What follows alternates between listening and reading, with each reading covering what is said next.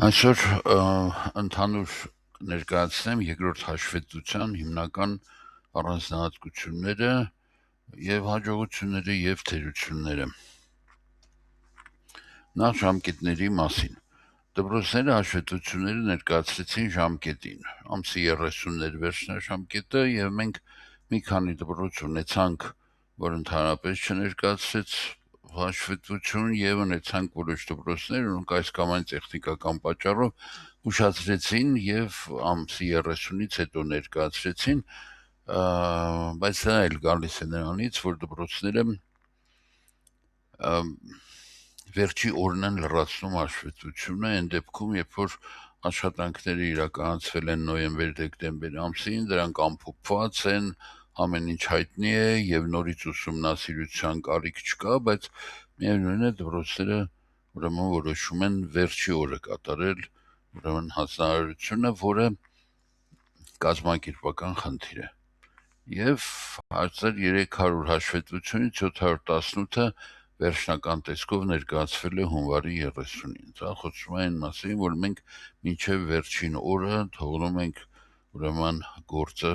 եւ դրա պատճառով ինչ որ բաներ թերի են մնում, որովհետեւ վերջի պահին լրացնելուց հետո այնուամենայնիվ մնում է ինչ որ մի բան, որը կարող էր վերանայվել, ուղղվել, ավելի լավ ներկայացվել, բայց ժամկետը լրացավ ու հնարավոր չի դա անել։ Դա շատ ցավալի է։ Հիմա նոյեմբեր եւ դեկտեմբեր ամսվա պլանների մասին։ Ուրեմն պլանները տեղադրված են ճիշտ։ Այսինքն ինչպես ուտապում ունեն, նույն ձևով էլ տեղադրված են։ Բայց տեղադրված են նույն ծանրաբեռնված պլանները։ Մենք առաջի հաշվետվությունից հետո քննարկումների ժամանակ կենտրոնացանք այդ խնդրի վրա, ես անդադ այդ հարցը բարձրացրել եմ, որ պլանավորված են շատ մեծ ծավալի աշխատանք, հատկապես ներդպրոցական վերահսկողության աշխատանքներ, որը գործնականում հնարավոր չի իրականացնել, չնայած դպրոցները հետո հաշվետվության մեջ գրում են, որ իրականացրել են, բայց բնական է, որ իրականացրել են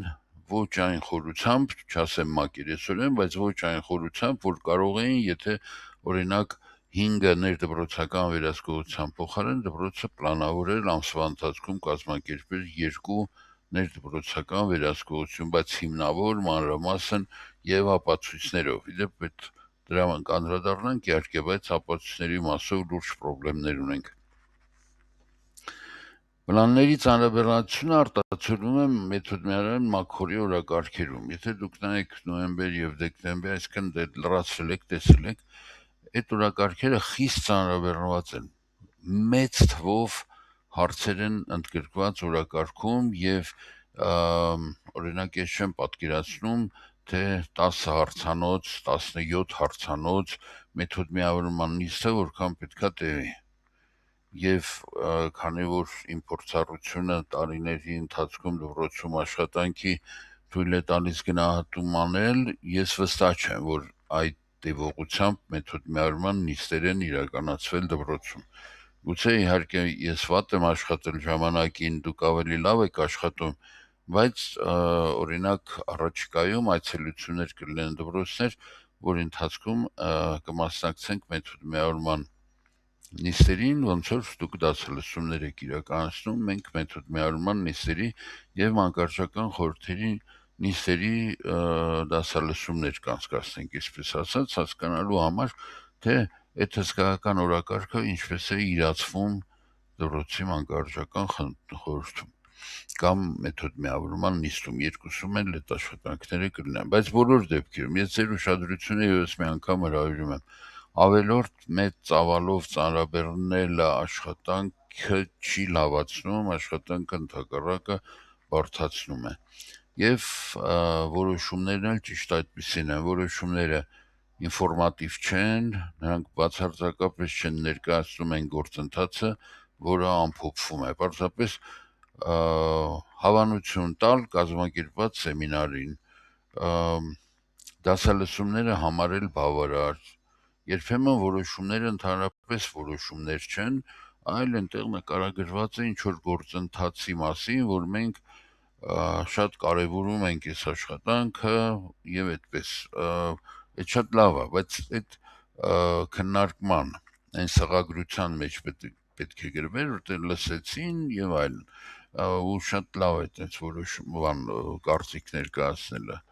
եթե իհարկե ձևական չի, բայց որոշումի մեջ մենք արդեն ուրիշ բան պետք է գրենք, որի մասին մի քանի երևի թե օրինակներ է անհրաժեշտ բերել, ես կփորձեմ գտնել դպրոցներ, ովքեր պատրաստ կլինեն իրենց փորձով կիսվել եւ կարճ վեբինարներ կամ տեսագրություններ կամ հարցազրույցներ կունենանք, որ ներկայացնեն իրենց փորձը։ Վերջնարդյունքների մասին։ Վերջնարդյունքները ներկայացված են, բոլորի մոտ կան։ Ուղղակի վերջնարդյունքները միայն 5%-ով ունեն ապացույցներ։ Մենք պետք է ներկայացնեինք վերջնարդյունքները եւ գրեինք, թե ինչպես ենք համոզվել, որ երեխաների մոտ այդ վերջնարդյունքները զարգացել են։ Միայն շատ քիչ մասն է ներկայացնել ապացույցներ։ Ընդ որում այդ ապացույցները դեռևս լրամշակելու, զարգացնելու կարիք ունեն, բայց փաստացի կան եւ իսկ մյուսների մոտ չկան։ Չկան նաև մի հետաքրքիր պատճառով։ Վերջնարդյունքները ներկայացված են ոչ այն ձևակերպումով, որով տրված է հանրակրթության պետական չափորոշիչում։ Դրանք հիմնականում ներկայացված են կարողության ձևով, կարողունակության ձևով, հենց այդպես էլ գրված է, որ օրինակ երեխաների մոտ զարգացել է այսինչ կարողունակությունը, այսինչ հմտությունը, այսինչ կարողությունը, մինչդեռ հանձնարարության մեջ հստակ գրված էր, որ վերջնարդյունք, ընդ որում կարողունակությունը, հմտությունը, կարողությունները դրանք նույնպես ներկայացված են ինտուիտիվ, պրակտիկ, օրինակ քննադատական մտածողության կարողությունն է զարգացվել է ստեղծագործական մտածողություն, համագործակցություն, հաղորդակցություն, այսինքն այն բոլոր կարողությունների ու հմտությունների մասին է խոսքը, որ անդադ մեր լեզվի վրա է, մենք անդադ դրանք օգտագործում ենք, բայց դրանք հանրակրթության բուն վերջնարդյունքները ամբողջությամբ չեն ներկայացնում։ Շատ կարևոր է, որ ուսուցիչները իրենց դասերը պլանավորելիս, իրենց աշխատանքը պլանավորելիս անդրադառնան այդ վերջնարդյունքներին, որտեղ վերջնարդյունքները դրանք հմտություններ եւ կարողությունների խումբ են։ Դրանք միայն մի հմտություն կամ կարողություն չեն ներկայացնում, դրանք ներկայացնում են երկու եւ ավելի կարողություններ կամ հմտություններ եւ վերջնարդյունքները համարում ենք զարգացած, եթե իր մեջ պարունակող այդ բոլոր հմտություններն ու կարողությունները զարգացել են կամ բավարար չափով զարգացել են։ Մյուս կողմից վերջնարդյունքը, որ զարգանում է, վերջնարդյունքի հետևանքով զարգանում է նաև կարողությունը, կարողունակությունների զարգացման համար են անհրաժեշտ վերջնարդյունքները։ Այսինքն հմտություններն ու կարողությունները վերջնարդյունքի զարգացրեցինք, զարգացավ վերջնարդյունքը։ Վերջնարդյունքը զարգացրեցինք, մասամբ զարգացավ կարողունակությունը, որտեղ կարողունակությունը կախված չի մի վերջնարդյունքից, կարողունակությունը կախված է բազմաթիվ վերջնարդյունքներից։ Այդ բոլոր վերջնարդյունքները բավարար չափով երբ որ կզարգացնենք, ապա կարող ենք ասել, որ կարողունակությունը զարգացավ, բայց դուք այդպիսի հանձնարարություն չունեիք կարողունակություն զարգացնելու մասին, մենք խոսում էինք միայն վերջնարդյունքները զարգացնելու մասին։ Այդ մասով խնդրում եմ եղեք ուշադիր։ Մի բան էլ նկատվեց հաշվետվությունից։ Դպրոցի տնօրենը հանձնարարել է մեթոդմիավորման նախագահներին ներկայացնել վերջնարդյունքները, որոնք զարգացել են երեխաների մոտ։ Բնական է ամեն առարկայի մասով որոշակի վերջնարդյունքներ են զարգացել։ Հիմա մեթոդմիավորումները երբեմն երկար չմտածելով պարզապես են կարողություններն ու հմտություններն են նկարագրեն, որ սովորաբար ուրեմն զարգացնում են կամ ցանկացած ձևով աշխատանքի ժամանակ պրակտիկայում օգտագործվում են։ Տնօրենները դրանք ուղղակի կոմպլեկտավորել են եւ ներկայացրել հաշվետվության մեջ, որովհետեւ եթե ուղղակի չկոմպլեկտավորեին, այլ այդ համեմատեին հանրակրթության չափորոշիչում ձևակերպումների հետ, ապա կամ իրենք ձևակերպումները կուղեին կամ կհանձնարարեին մեթոդ միավորումներին, որ ձևակերպումները տային այնպես, ինչպես տրված էր ուրեմն վերջնարդյունքների մեջ հանրակրթության պետական չափորոշ չի, բայց այստեղ ոչ մի սարսափելի բան չկա եւ առաջարկում եմ դրան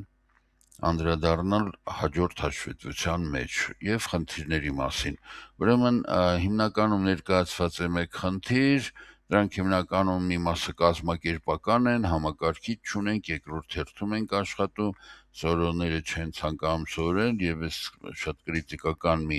ուրեմն խնդիր է, մեթոդ միավորման որոշումները հաշվետվության մեջ չեն տեղավորվում եւ խնդիրների մի մասը մեթոդական է, խոսքը վերաբերվում է ուրեմն մեթոդներ, էսե, նախագիծ, սեմինար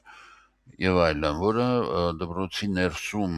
լուծելու խնդիր է եւ վստահ եմ, որ մենք միասին այդ բոլոր դժվարությունները կհաղթահարենք։ Խնդրում եմ ձեր հաշվետվությունները մեկ անգամ եւս վերանայեք եւ նայեք այս իմ ասած ուրեմն ուղղություններով, որպեսզի հասկանաք արդյոք ձեր մոտ այդ խնդիրը կար թե ոչ։